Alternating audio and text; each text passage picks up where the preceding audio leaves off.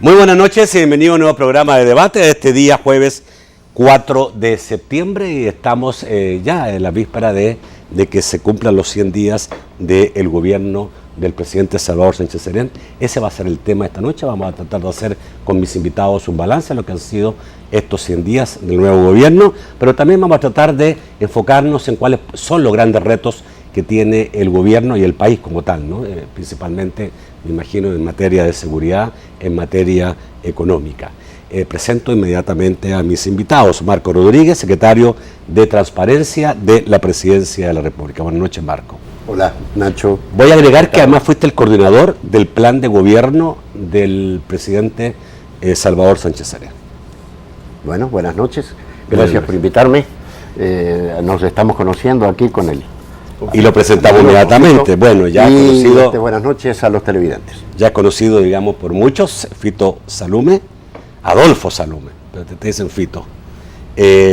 Secretario general del Partido Democracia Salvadoreña. Buenas noches, Fito. Gracias, Nacho. 100 días han pasado, o están por pasar 100 días del gobierno del presidente Salvador Sánchez Serén, y obviamente por costumbre, usted dirá buena o mala, pero en el país y en muchos países del mundo se evalúan a los presidentes o lo que hace el gobierno en los primeros 100 días. Normalmente son 100 días donde el gobierno tratan de mostrarse fuerte. Aquí habría que ver lo que es la percepción pública. Solo tenemos un par de encuestas, una de ellas de la prensa gráfica, que no evaluó bien al gobierno en estos 100 días, sino que pone una aprobación de solamente un 40%. Pero ¿qué ha pasado o no ha pasado? Esto podríamos titularlo, digamos, si es un problema de esperanzas o desesperanzas, porque mientras el gobierno trata de vender mucho la idea de que hay que tener esperanzas, y cuando digo vender lo digo en buen sentido, y otros, digamos, creen que estamos viviendo una época de desesperanzas. Entonces será un problema de esperanzas o desesperanzas, pero obviamente han pasado algunas cosas importantes. Aparentemente no ha habido luna de miel, la luna de miel que han tenido todos los gobiernos. Normalmente a este se le aduce que es una continuación del gobierno anterior, y la pregunta está, digamos, cierto, para mis invitados esta noche, cómo han visto estos 100 días, y voy a empezar con Marco. A ver, ¿cómo has visto estos 100 días? ¿Crees tú que, yo no sé si te quieres referir a la evaluación que hizo la prensa gráfica, donde se denota una desaprobación, y creo que el presidente de alguna forma lo aceptó cuando dio declaraciones señalando que quizás esto se debía a que algunos están pregonando la desesperanza y los medios de comunicación, dijo, están haciendo eco de esa desesperanza? Mira, yo creo que tú dijiste las dos palabras claves. ¿Es un problema de esperanza o desesperanza? Así titulé el bloque. Sí, y tú dijiste otra cosa. No hubo luna de miel, la campaña ya empezó. Quiere decir que todos los actores se van ubicando porque no hay tiempo para tratar de diferenciarse políticamente, y los grupos de apoyo, para llamarlos de una forma elegante, ¿verdad? Es decir, comienzan a jugar un rol en función de la campaña. Y eso significa que, aunque el presidente Salvador Sánchez Serén viene, incluso te lo voy a demostrar esta noche, cumpliendo positivamente cada una de las críticas que le hacían al presidente Funes, no existe mayor reconocimiento sino, es decir, un permanente golpeteo por parte de los medios de comunicación hegemónicos. Y como lo que miden las encuestas es la opinión pública, y tú sabes que los medios de comunicación son un factor clave en la formación de opinión, para bien y para mal, indudablemente eso es algo que influye considerablemente en la opinión pública. Entonces, te voy a dar un solo ejemplo. Te voy a dar un solo ejemplo porque no se trata de hacer una afirmación general. Te voy a leer los titulares, las maderas, del 20 de agosto al 4 de septiembre de los principales medios. Capre silencia información de viajes de Funes, el diario de hoy. Los documentos que reservó Funes, la prensa gráfica. Presupuesto de salud se agota en septiembre, el diario de hoy. Salud con problemas para comprar vacunas, el diario de hoy. Docentes sin quitar el dedo del renglón por falta de fondos para escuelas, el diario de hoy. Ampliaron hospitales y no les dan mayor presupuesto, el diario de hoy. Pandilleros mantienen acoso a transportistas, la prensa gráfica. Esto es una selección, lo puedo leer, es día a día, no pepeneamos, como se dice, no es muestral, son los titulares de cada uno de los días, desde el 20 de agosto y al 4 de septiembre. Y yo te puedo asegurar que si tú haces el ejercicio de poner los medios fundamentalmente impresos, porque la televisión siempre cuenta mucho la presencia física y lo que dice la persona, pero claro, los medios matutinos, que son los que influyen en la agenda diaria, es un golpeteo permanente. Ahora, esto indudablemente influye en la opinión pública. Yo pienso demostrar, bueno, qué es lo que hay. Tú me dijiste al entrar, no se nota. No, lógicamente, se nota poco, porque independientemente de lo que hagas, la fuerza de la voz es una fuerza limitada. Entonces, podemos hoy a lo largo de la noche ver cuáles fueron los avances, cuáles fueron los cambios, cuáles fueron los aspectos positivos, y también tú te encargarás, y también mi amigo, ¿no?, de ver lo que necesariamente no es tan positivo. En última instancia, la verdad como tal, en mi opinión, no existe. Lo que existen son diferentes verdades y puntos de vista que permiten que las personas se vayan aproximando a tener un concepto de lo que está pasando. Bueno, no puedo entrar a debatir sobre los medios, me gustaría, me fascinaría, digamos, poder estampar cosas sobre medios. Solo voy a decir una cosa, en El Salvador hay 6 periódicos a nivel nacional, hay 260 y tantas radios a nivel nacional, canales de televisión locales hay más de 20, más muchos otros que son locales, o sea, la oferta de medios es tremendamente grande. Y cuando se dice medios, a saber, digamos, a qué medios se refiere. Pero todos los medios no pueden ser, digamos... No solamente la cantidad de medios, sino cuál es el porcentaje que tienen del mercado. Aquí invitamos todo tipo, digamos, cierto, de cada uno expresa totalmente lo que quiere. Fito, ¿qué piensas tú de estos 100 días del gobierno? Pues mira, Nacho, no puedo comenzar a dar tal vez mi opinión sin antes analizar lo que el amigo Marco ha planteado, porque él acaba de decir y acaba de plantear que aquí aparentemente hay un problema de comunicación, porque cuando uno plantea de que aquí hay medios hegemónicos que están reportando solo cosas negativas, él está planteando un problema de comunicación. Precisamente creo que para eso estamos acá, para dar la oportunidad a que Marco nos cuente aquellas cosas que esos medios hegemónicos, como él los rotula, han omitido. A mí me interesaría también escuchar, porque sí, tal vez hay un serio problema de comunicación, porque yo hasta la fecha no he sido conocedor de que se hayan cumplido muchas promesas. Te voy a dar un ejemplo. Este gobierno prometió austeridad. Yo tuve la oportunidad de estar con el señor presidente de la República hace una semana más o menos, hablando precisamente de temas de interés nacional. Como secretario general del Partido Democracia Salvadoreña tuve el gusto y la oportunidad de conversar con él sobre varios temas. Y yo toqué el tema de austeridad con él. Y le dije, señor presidente, cuando usted anunció de que usted iba a implementar una importante austeridad, yo fui el primero que aplaudió ese planteamiento y esa promesa. Cuando usted anunció que usted se iba a quedar en su casa personal en vez de mudarse a la residencia presidencial, en un principio yo dije, esta es una buena señal. Pero sinceramente la austeridad se mide en números, y los números no mienten.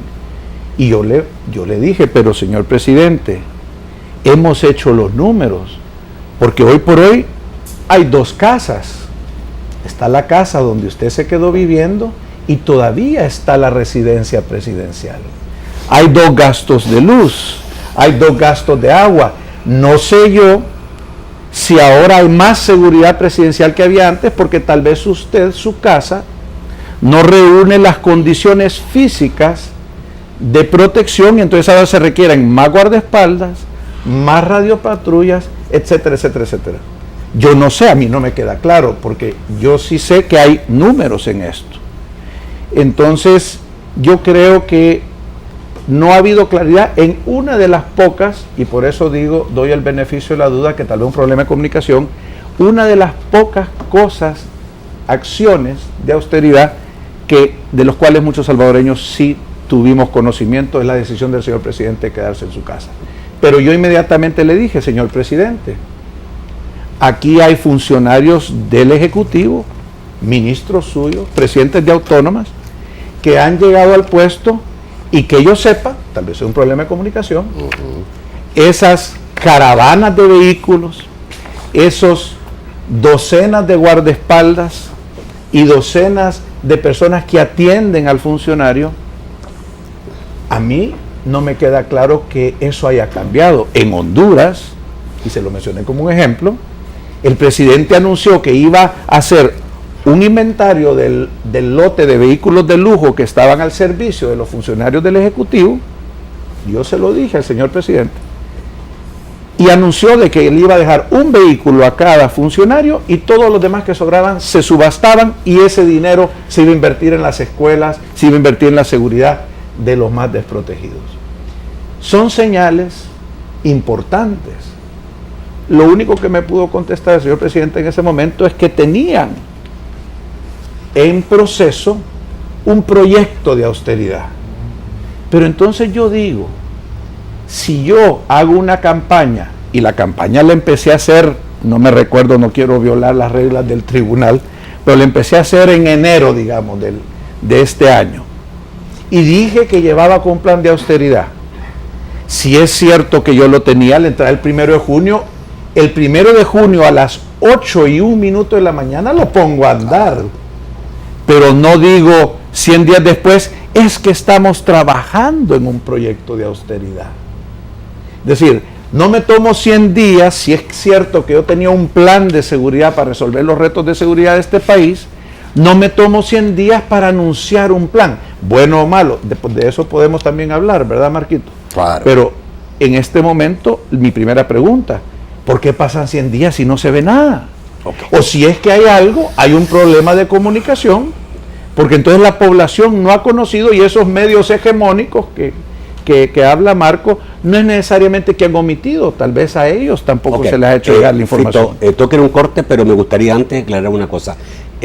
Tu balance le ha hecho énfasis en la parte austeridad. ¿Hay otros temas que tú crees que también, digamos, han sido fundamentales, que se han hecho o no se han hecho en estos 100 días? Un plan claro de seguridad para resolver el reto de la seguridad, no lo veo. Ya. Un plan claro económico para reactivar la economía, no lo veo. Una capacidad de liderar a los sectores productivos. Aquí ha habido mucho guiri de decir, sí, y yo digo, bueno, ¿será que el profesor Sánchez Serén, que es un admirador de Fidel Castro y un admirador de Chávez, que son conocidos en el mundo por haber tomado acciones que han destruido el sector productivo en Venezuela y en Cuba, o cuanto menos la empresa privada independiente, ahora él ha tenido una iluminación a esta etapa de su vida y ha cambiado sus creencias fundamentales de cómo una economía debe de funcionar. Ya. Qué bueno, pero entonces yo no he visto, yo no he visto una acción concreta y yo no he visto una capacidad de liderar. Y si es porque el sector empresarial, él no ha sabido ganarse la confianza, pues entonces yo creo que hace falta algo. Okay. Algo, porque sin confianza no va a haber inversión, sin confianza no va a haber acompañamiento, y aquí hay, creo que, mucha tela que cortar en este tema, y yo espero que en esta noche podamos tocar algo. Perfecto, voy al corte y vuelvo inmediatamente. Obviamente Marco tiene muchas ganas de hablar. Ya volvemos. Bueno, Marco, a ver, Fito Solón me dijo varias cosas. Básicamente no he visto las grandes promesas, no he visto, dijo, la austeridad, que se prometió desde el principio y de antes de que el gobierno empezara. No he visto un accionar y una planificación y un liderazgo en la parte económica ni en materia de seguridad. Mira, yo prefiero que tomemos punto por punto. Tomemos el punto de austeridad.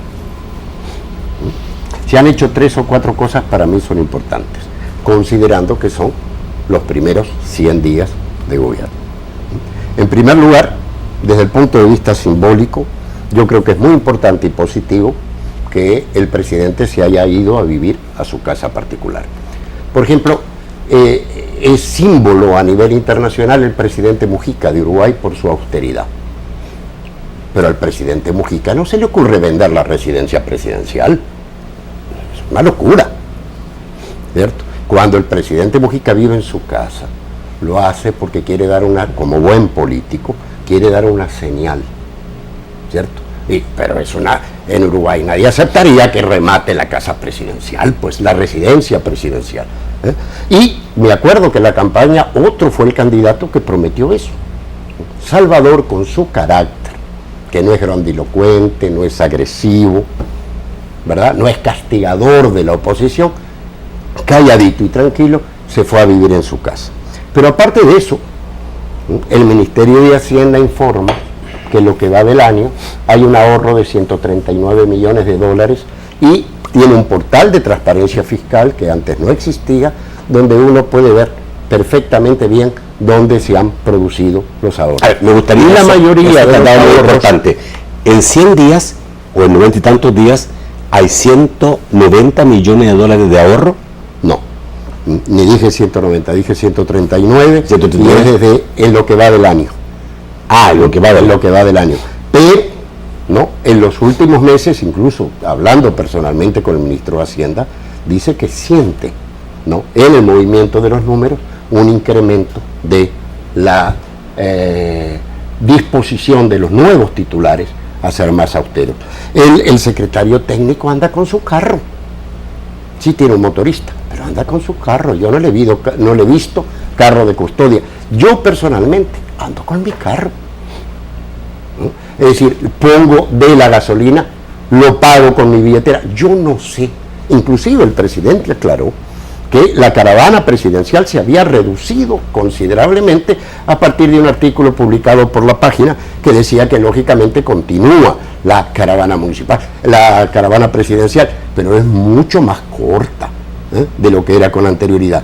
Y no, antes de ayer, el presidente firmó el decreto de austeridad, que aquí lo tengo.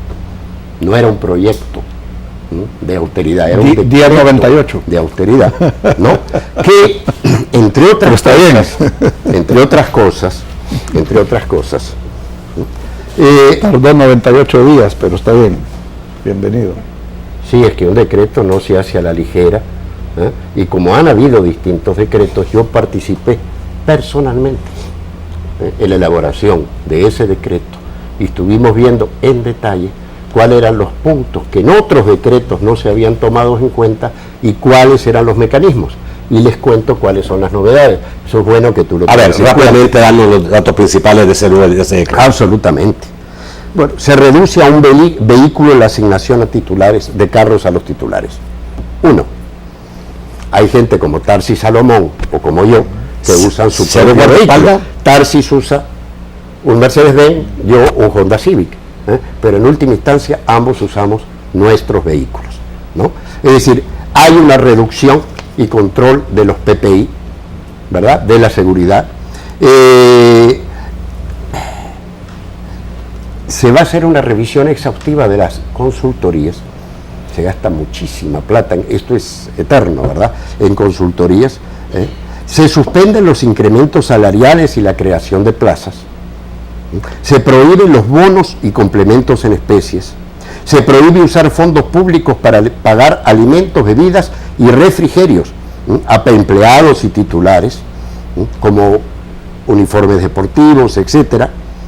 Decía que se reduce a un vehículo la asignación a los titulares y se exhorta a los que querramos usar nuestros propios vehículos, ¿no? Se limita el uso de teléfonos celulares. No se pueden financiar eventos sociales, diga la secretaria, se suspenden los viajes al exterior, salvo los que son fundamentales por convenios internacionales o se paga desde el exterior. En estos 90 días la mayoría de los viajes que se han hecho, ¿no?, son invitaciones pagadas desde el exterior. Es sumamente restrictivo al respecto. Y por último, tú me dirías, bueno, puedes prometer cualquier cosa, pero ¿cuál es el mecanismo?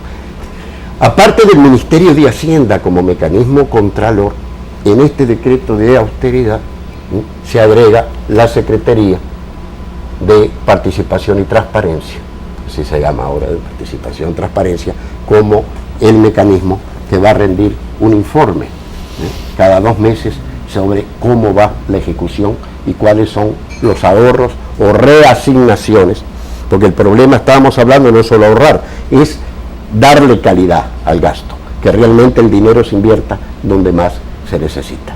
Entonces, es decir, yo no sé, el 90 días tienes medidas simbólicas, tienes medidas legislativas, de reglas, porque un decreto tienes medidas de control institucional y tienes medidas por parte de los titulares. Yo quisiera preguntarles a los televidentes, en 90 días, ¿qué más que esto se puede hacer?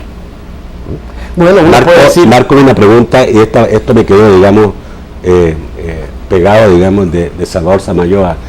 La pregunta siempre cuando hay una ley, ¿y esa ley tiene dientes?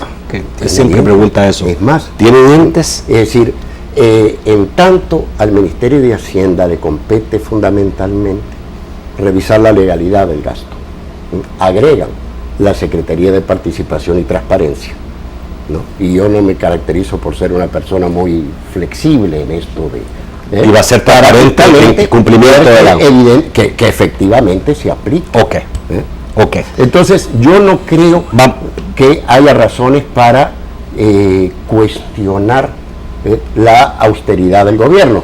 Es decir, salvo que me digan, no, mira, podrían haber hecho esto otro, aquí hay, mira, y ustedes no lo están usando adecuadamente, ¿no? Yo no veo eso. Ya. Si te dejo después para que después dar las otras 2 partes. Sí. Yo quisiera primero cumplir una promesa, porque yo me gusta cumplir promesas, y me voy a levantar y te voy a aplaudir, y extensivo al presidente Salvador Sánchez Serén, porque yo dije que lo iba a aplaudir cuando viera que tomar estas medidas, pero se ha quedado muy corto, Marco. Bueno. Y el aplauso puede ser más grande. Yo he hablado del tema del seguro médico privado, porque comparado a este gasto, estas son pichicheladas. Y yo tomo el ejemplo, cuando hay buenos ejemplos de tomar de otros países. Mariano Rajoy, y tú no me dejarás mentir, Marco, que tú sos estudioso de las políticas internacionales, una de las primeras medidas de austeridad que tomó en España es que le dijo a todos los funcionarios públicos, todos tenían exuberantes y carísimos seguros privados médicos, y les dijo, si ustedes son los responsables de presupuestar y administrar los servicios de salud públicos, ¿cómo van ustedes poder verdaderamente tener la entereza de decirlo si ustedes no se consideran dignos de utilizar esos servicios? Solo en la Asamblea Legislativa son $7 millones anuales. Eso es mucho más que los carros que vas a eliminar del presupuesto o el ahorro por la casa, porque eso sí solo son simbólicos, y aquí queremos sustancia. ¿Cuánto es el costo del seguro médico privado de todo el Ejecutivo? Podrían ser otros 7, estamos hablando $15 millones al año. ¿Está en la propuesta de austeridad? Exactamente. A ver, te das cuenta, Marco, me aplaudís nuevamente. Te aplaudo. Es decir, en primer lugar, continúa el aplauso. Se cierran todos los seguros médicos privados en el Ejecutivo, en los ministerios y en Casa Presidencial. ¿Qué significa se cierra? ¿No? Se Quiere decir terminan. que el que quiera pagar un seguro privado De su bolsa. ¿no? Lo paga de su bolsa. Y en segundo lugar, se exhorta a las autónomas. ¿Lo dice el donde hay decreto, más- perdón, Marco? ¿Lo dice el decreto? Sí, lo dice el decreto. Se exhorta. Yo a quiero las- copia de ese decreto, está muy bueno. Ya, yo creo que el presidente, se ha adelantado, el presidente va a detallar, ¿verdad? Y se va a hacer público en los próximos días, ¿verdad?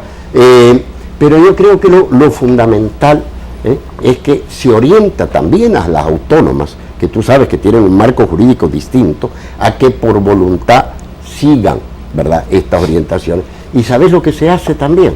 Se exhorta, y se va a ver el cumplimiento, que las negociaciones de los seguros, no me refiero al seguro médico, y me estoy refiriendo a otro tipo de seguros, ¿no?, se hagan directamente por las instancias. ¿Por qué? Porque este mecanismo de intermediación en los seguros es algo que no está regulado efectivamente, y en arca abierta hasta el justo peca. Entonces, es decir, en ese sentido, si tú lees el decreto de austeridad, vas a ver que se están, es decir, realmente no es un refrito de los anteriores, y no solamente se cambian y ajustan reglas. ¿Hay una estimación de cuánto ahorro puede producirse producto de ese decreto? Fíjate que no. Yo creo que la idea sería bueno tenerla, ¿va?, es que cada 2 meses, para darle seguimiento. Cada 2 meses se emita un informe de cuál es el dinero ahorrado y cómo se reasigna para darle mayor calidad a ese. Pero a mí me preocupa que Marco conteste de que no se ha cuantificado. Ahí es donde hablábamos antes, te recuerdas de las diferencias entre el político y el empresario. Estos son números. Si yo hago un decreto de austeridad y no cuantifico, estoy navegando en lo oscuro, porque el gasto es número. Entonces, yo lo que sí creo, para completar la figura, y tú vas a estar supervisándola, sugiero, y si no, con mucho gusto me ofrezco para ayudarte, que lo cuantifiquemos y nos pongamos metas. Y otra sugerencia. A ver, si se hace un informe cada 2 meses. Pero tenemos que tener un punto de referencia. Que permite cuantificar los resultados. Pero al arranque tengo que tener una meta. Es decir, yo quisiera ver que ese decreto de austeridad ya tiene cuantificado cuántos millones le va a ahorrar a los salvadoreños de sus impuestos en el año, para que entonces mes con mes podamos comparar y decir, hemos llegado o no hemos llegado. Así funcionamos en el sector privado y nos da bastante resultado. Ahora, otra cosa hay que añadir a esto, lo de las autónomas. No dejemos, Marquito, puertas abiertas, porque por ahí se escapan los pollos. Las autónomas no solo se les exhorta, se les da un lineamiento, no es exhortación, se les da un lineamiento claro y firme, y el que no cumple el lineamiento del Ejecutivo deja de ser funcionario de esa autónoma. A ver, eso es lo que se está haciendo. En realidad se da un lineamiento, ¿no?, a las autónomas, ¿no?, a que tú sabes que independientemente de lo que tú quieras o yo, hay un marco jurídico, ¿verdad? Las autónomas están reguladas por sus propias leyes. Entonces lo que se está solicitando es que saquen y publiquen sus propias políticas de austeridad en el marco de lo que se está planteando. Bueno, voy a un corte. Marco, vuelvo contigo para que respondas la parte seguridad y economía, que lo planteó de principio Fito Salume, y así vamos a concluir el tercer bloque del programa. Ya volvemos. Bueno, Marco, tú querías agregar un poco más sobre el tema de austeridad, pero te pide que también entremos rápidamente a los otros dos. Es interesante porque nos vamos moviendo hacia otro punto. Cuando nosotros hablamos de austeridad, no es de reducir sustancialmente el gasto de la inversión pública, porque también estamos viendo, por ejemplo, que los constructores están preocupados por la inversión del Estado. Es decir, tú recién mencionabas, bueno, y las aseguradoras, ¿qué pasa? Lo mismo pasa con la publicidad, en el caso de las agencias de publicidad y de los canales de televisión y las radios. De lo que se trata es de darle mayor transparencia y mayor austeridad al mal gasto, es decir, a los funcionarios.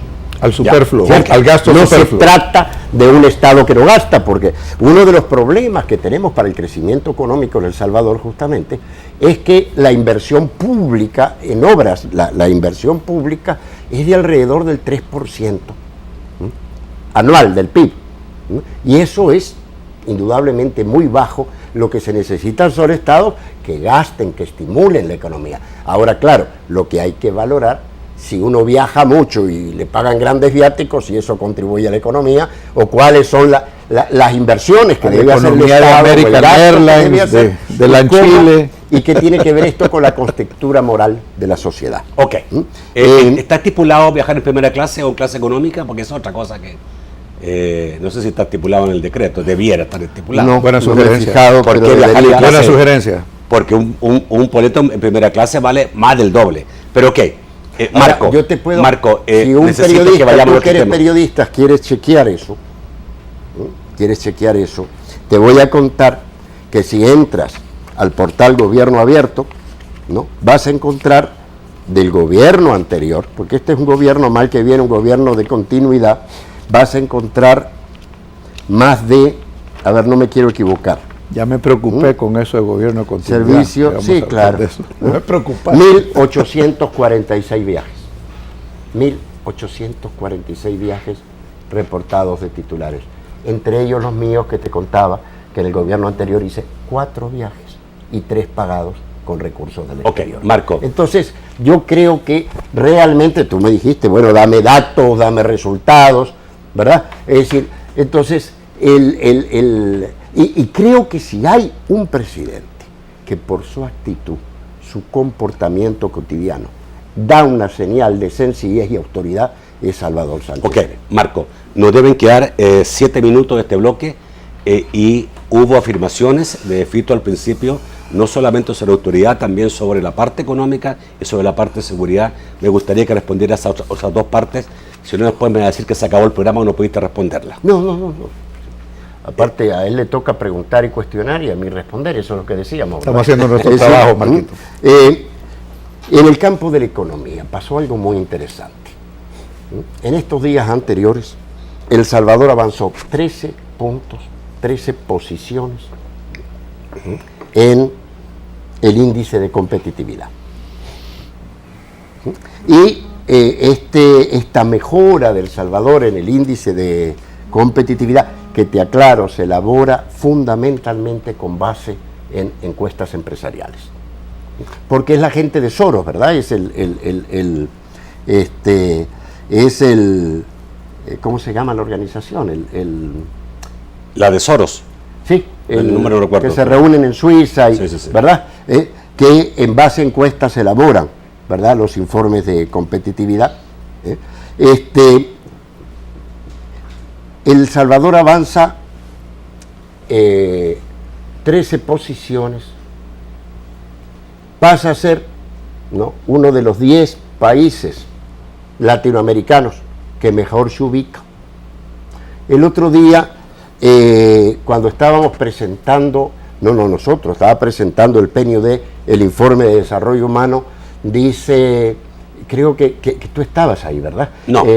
Roberto, el director del PNUD, ¿no?, dice, El Salvador es el país del mundo que en los últimos 20 años, no es solo mérito de este gobierno ni del anterior, más ha avanzado en el índice de desarrollo humano. Yo no vi, es decir, yo lo sacaría en un titular, pues a mí me sorprendió esa situación y lo dice públicamente, no lo he visto registrado en ningún lugar, ¿no? Entonces, es decir, eso sí, el año pasado, cuando El Salvador quedó estancado y descendió un poco en el índice de competitividad, fueron titulares. Hoy lo tenemos en la página, creo que la página 38. ¿Cierto? De los medios hegemónicos. No, es que yo no estoy, es decir, estoy dando pruebas, estoy dando datos, estoy comparando, ¿verdad? Pero el problema es que no se feliz. siente, pero Marco, el problema es que no se siente, es decir, que un burócrata internacional le dio un ranking de gran avance al país a la persona que está buscando trabajo, que se está aguantando en un bus que no sirve, que está aguantando las grandes colas en el Boulevard del Ejército, que ahora le toma 5 horas llegar a su trabajo, porque además si no llega a tiempo se lo descuentan porque el Citram ha sido un desastre y ahí está ese proyecto mal engendrado, trabado todo el asunto. No, es que es cierto, Marco. Anda, así es que tú yo creo que no vas a Soyapango. Pero si vas a Soyapango, ahora toma el triple circular por ahí, cuando se anunció un proyecto que iba a mejorar el transporte. ¿A quién se le ocurre en una carretera que estaba aglomerada de 4 carriles del Boulevard del Ejército, suprimirle 2? ¿Qué esperaban que iba a suceder? Por arte de magia, los carros de los salvadoreños iban a desarrollar alas y volar por encima. Y hay ahora un carril vacío donde no circula nadie. Eso ha sido un gran logro de avance de la competitividad de este país. Y hombre, algún burócrata, me imagino que entonces este gobierno tiene buenas relaciones con burócratas internacionales porque logran que digan de que El Salvador está avanzando. Veamos la realidad, perdón. Mira, estás agregando otro tema, pero es interesantísimo esto.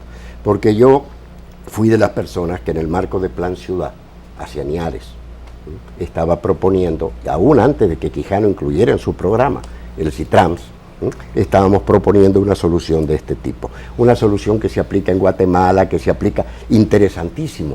Cuando Quijano sacó el bus a dar vuelta y presentó sus primeros planos, pasaba también por la misma ruta que está planteado ahora. La misma ruta. Entonces, lógicamente, esperemos que funcione el CITRAMS. También me acuerdo que antes de las elecciones, que Gerson tiene bloqueadas las calles, que realmente había un proceso de construcción de calles. Hoy está todo el mundo feliz circulando por esas calles. Ahora, que siempre le arruinaron la Navidad a los inversión. comerciantes. Sí, es que lo perfecto no existe. Querés arreglar una calle, la tenés que arreglar. Si tenés visión oportunista electoral, te esperas a que pases las elecciones. Gerson siguió trabajando. No me y le tomó 8 meses en vez de los 3 planificados, entonces bueno, hay una incapacidad en la gestión. Toma 100 días hacer un plan de austeridad. Si la elección empezó la campaña el 1 de enero, tuvieron 6 meses, 180 días para hacer el plan de austeridad y se toman todavía otros 90 para presentarlo, el que yo aplaudí. Entonces, este gobierno puede tener buenas iniciativas, pero es un poquito lento, Marco, porque se tardan las cosas un montón.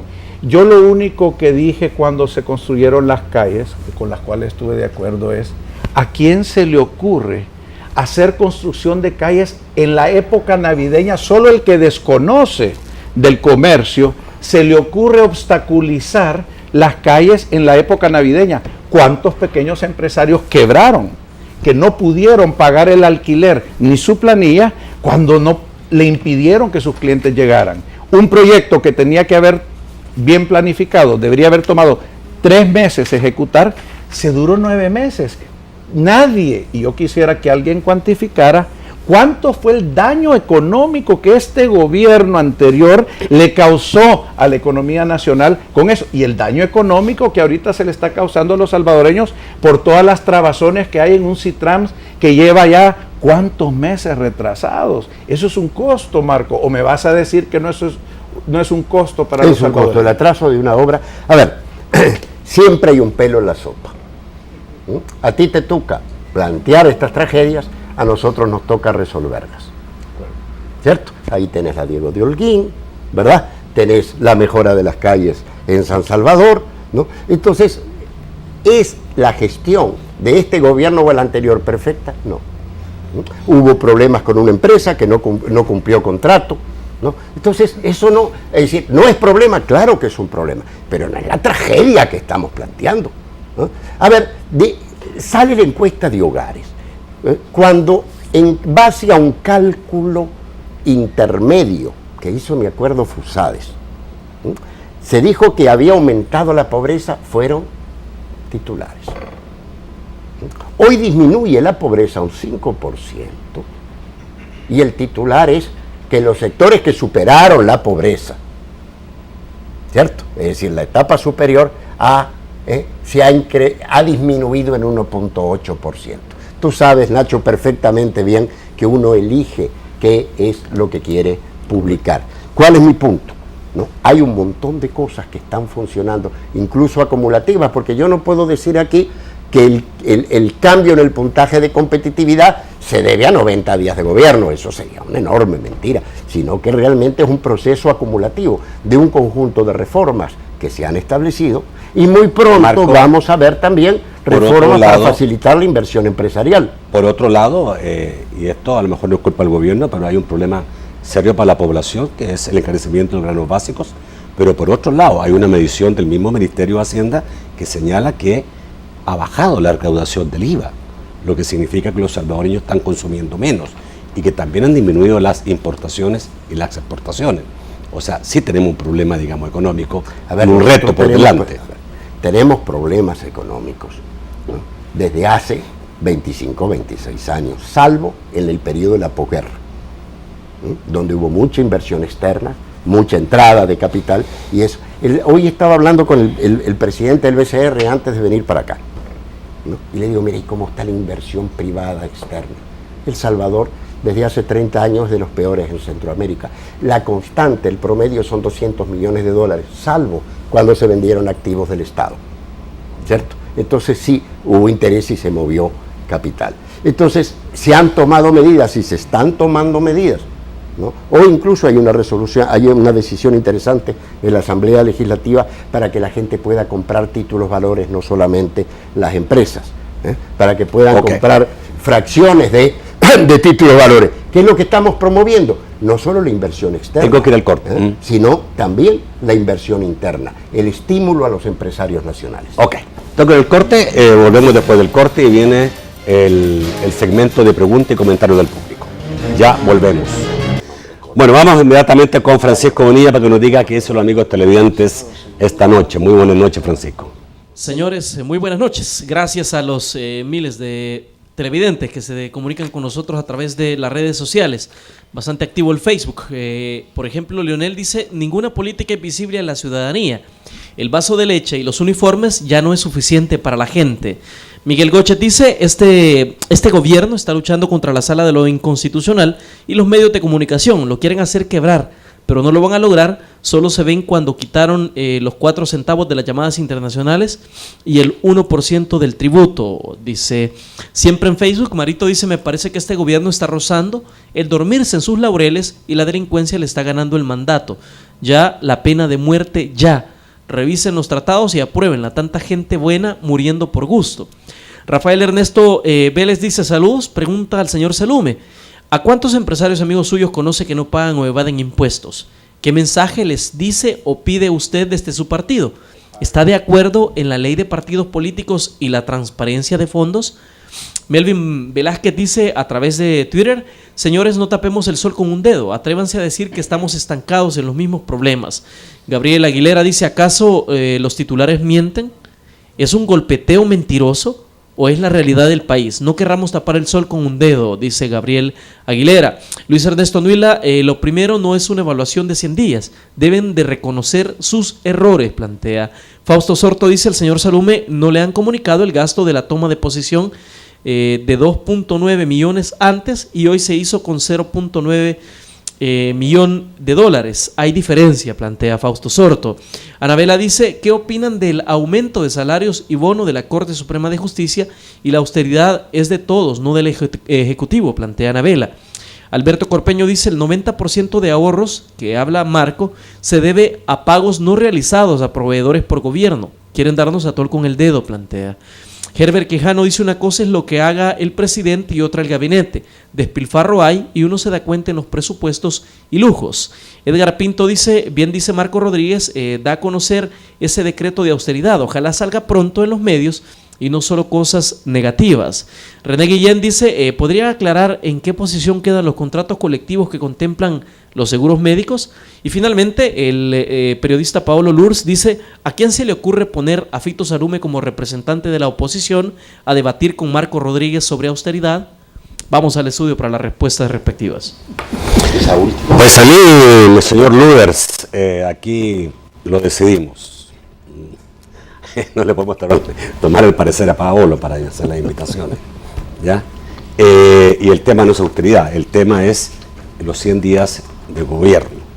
¿Quién quiere empezar a responder las preguntas del público? Por favor. Bueno, las preguntas que me hicieron con respecto al tema de transparencia en el gasto de los partidos políticos, nosotros estamos 100% de acuerdo. Democracia Salvadoreña, uno de los fundamentos principales de nuestro partido es el fiel cumplimiento de la transparencia. Creemos que eso le da credibilidad a los gobernantes. Hubo también una pregunta sobre si yo me había dado cuenta de que el gasto del traspaso presidencial tuvo una reducción importante. Pero es que si yo peso 500 libras y yo rebajo 200 y peso 300, todavía no soy muy flaco, que digamos. Es decir, es todo relativo. Hoy en el mundo del Skype y de la transmisión en directa, ¿qué necesidad tiene el gobierno de pagarle pasajes a funcionarios extranjeros para venir a celebrar una toma de posición y sentar a un montón de mandatarios que podrían asistir por pantallas? Y yo te reduzco como empresario que sé manejar los costos, ese gasto del traspaso de gobierno, no de los 2.tantos millones a 900.000, te lo reduzco a 40.000 a lo mucho, y me busco tal vez un patrocinador de alguna entidad internacional que se gasta muchos dineros en cosas superfluas y tal vez te lo reduces a cero. Es decir, todo es relativo, ¿verdad? Así que a mí me digan que una gran reducción, pues esa es mi respuesta en ese tema.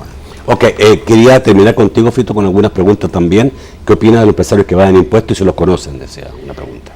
Mira, yo en lo personal quisiera decirte que yo desconozco a un empresario que no pague sus impuestos, porque a mí me da vergüenza que digan y me cataloguen con el mismo rótulo como empresario de aquellos que no pagan sus impuestos.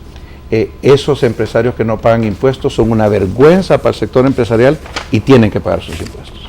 ¿Estás de acuerdo con la reforma a la ley de partidos políticos que va a obligar a que quede mucha claridad y control y financiamiento de los partidos?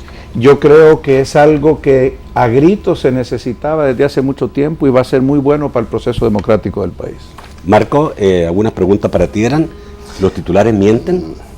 Bueno, mira, a mí me gustó un poco la actitud de Fito cuando le preguntaste del sector empresarial y de los impuestos, porque hizo así, ¿verdad? Bueno, yo no conozco, mira, en realidad,